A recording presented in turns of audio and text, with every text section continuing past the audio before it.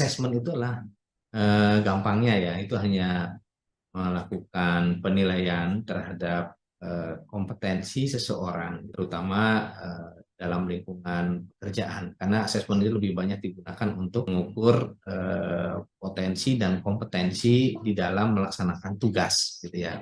Itu umumnya ada 3, Mbak. Hari yang pertama tentulah pengetahuannya. Sejauh mana sih dia pengetahuan terhadap pekerjaannya itu atau dalam posisinya untuk melakukan kegiatan. Yang kedua adalah terkait dengan keterampilannya atau skill-nya. Jadi tidak cukup hanya tahu, tapi bisa nggak sih ngerjakannya. Jadi itu sebagai kelengkapan. Yang ketiga adalah sikap dan perilakunya di dalam mengerjakan itu. Nah, orang baru dikatakan sebagai kompeten apabila dia bisa memenuhi ketiga tadi. Pengetahuannya ada, keterampilannya ada, dan juga sikap perilakunya terhadap melaksanakan tugas. Apa sih kita harus mengikuti asesmen? Nah, supaya kita mengetahui sebenarnya kita itu atau seseorang itu posisinya ada di mana di dalam konteks dia melaksanakan tugas di posisinya itu. Karena kan ada sebenarnya dari hasil asesmen itu kan ada 2 yang bisa diketahui secara umum ya.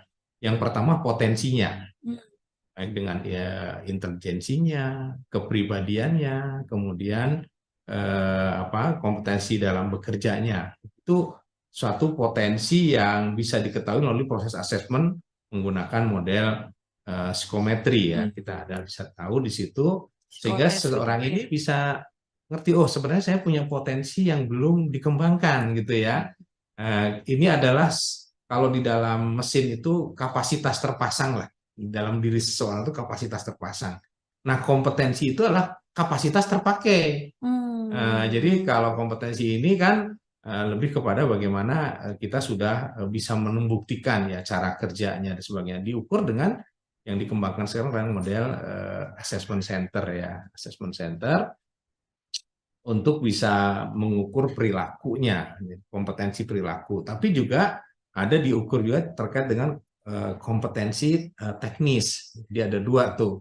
Jadi satu potensi tadi dengan psikometri, kemudian yang kedua mengukur kompetensi perilaku ya dengan atau ya bisa manajerial, bisa sosial kultural. Kemudian ada kompetensi teknis ya, itu semuanya dipetakan sehingga nanti ada tergambarkan seseorang itu seperti apa sih gitu ya. Sehingga saya kira memang kita menjadi penting untuk dilakukan asesmen kepada seluruh pegawai kan kira-kira seperti itu.